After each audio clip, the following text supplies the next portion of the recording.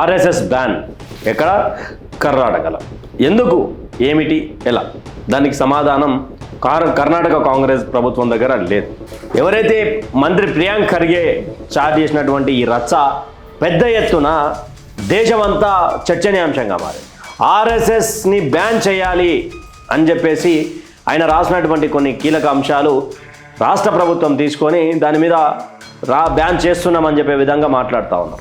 ప్రియాంక్ ఖర్గే మాట్లాడుతూ ఎవరు వీళ్ళు, అసలు కట్టెలు పట్టుకొని కర్రలు పట్టుకొని ఇక్కడ తిరుగుడు ఏంది, డ్రెస్ కోడ్ ఏంది, ఏమనుకుంటారు వీళ్ళ గురించి అని ప్రియాంక ఖర్గే ఆయన మాటలు స్టార్ట్ చేసింది. Siddaramaiah to ban RSS activities in Karnataka.